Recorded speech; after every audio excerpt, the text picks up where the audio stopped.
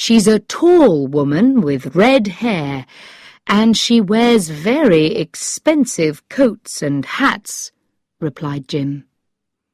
"But she's got a very serious face. She never says very much when she comes into the shop.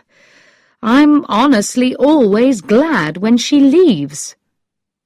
He stopped for a minute, and then said, "And I've never seen her smile."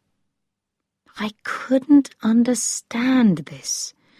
How could a woman like that make dolls as beautiful as these? "I'll buy the doll," I said at last. £11 seemed a lot of money for a doll. As I counted out the pound notes, I felt a little silly. Yes, the doll was a present, but I knew the real reason for buying her. I didn't want to leave her in that shop window. I took the doll home and put her in my small bedroom. She seemed to fill the room with her loveliness.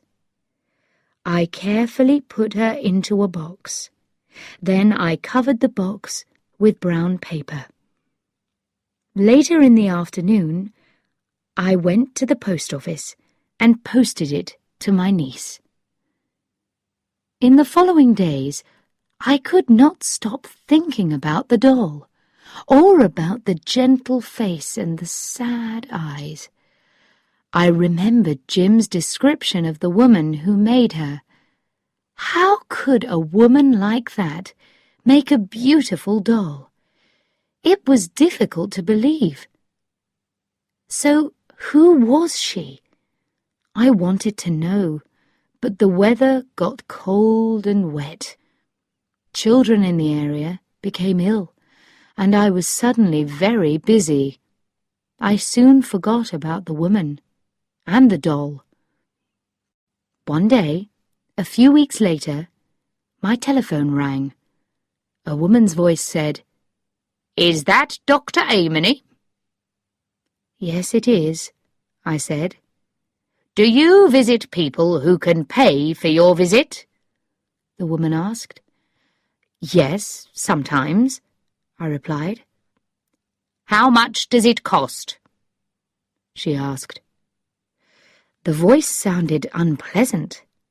The woman seemed to think that money was more important than the sick person. "A visit will cost £5, I replied. "Oh," she said. "But if you really can't pay, then I don't ask for the money," I said. "That's all right," she said. "I can pay £5. "What's your name?" I asked. "Rose Calamit," she answered.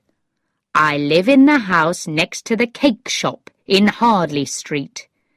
My rooms are on the 2nd floor. "I'll be there soon," I told her. I arrived at the house next to the cake shop in Hardley Street 10 minutes later and went up the stairs. They were narrow, dirty, and badly lit. As I reached the top of the stairs, a door opened. "Dr. Amony?" said the unpleasant voice. "Yes," I said. "Please come in," she said. "I'm Rose Calamit." She was a tall woman, between 45 and 50 years old.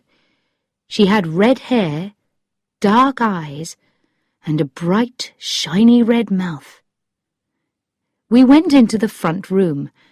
It was a cold, ugly room, and the furniture was cheap and badly made. On the cupboard in the corner were a lot of small glass bottles. Then I saw the dolls. They were hanging from the walls and were thrown carelessly across the bed. Each doll was different, but each one was as beautiful as my doll. It seemed impossible that this rough, unpleasant woman could make them. Rose Calumet looked closely at me. "You're a very young doctor," she said. "I'm older than I look," I said coldly. "You think that I'm too young. Shall I go away again?" She laughed at me. "You don't need to be angry, Doctor," she said. "You're very good-looking for a doctor." "And I'm a very busy doctor," I said. "Are you the person who's ill,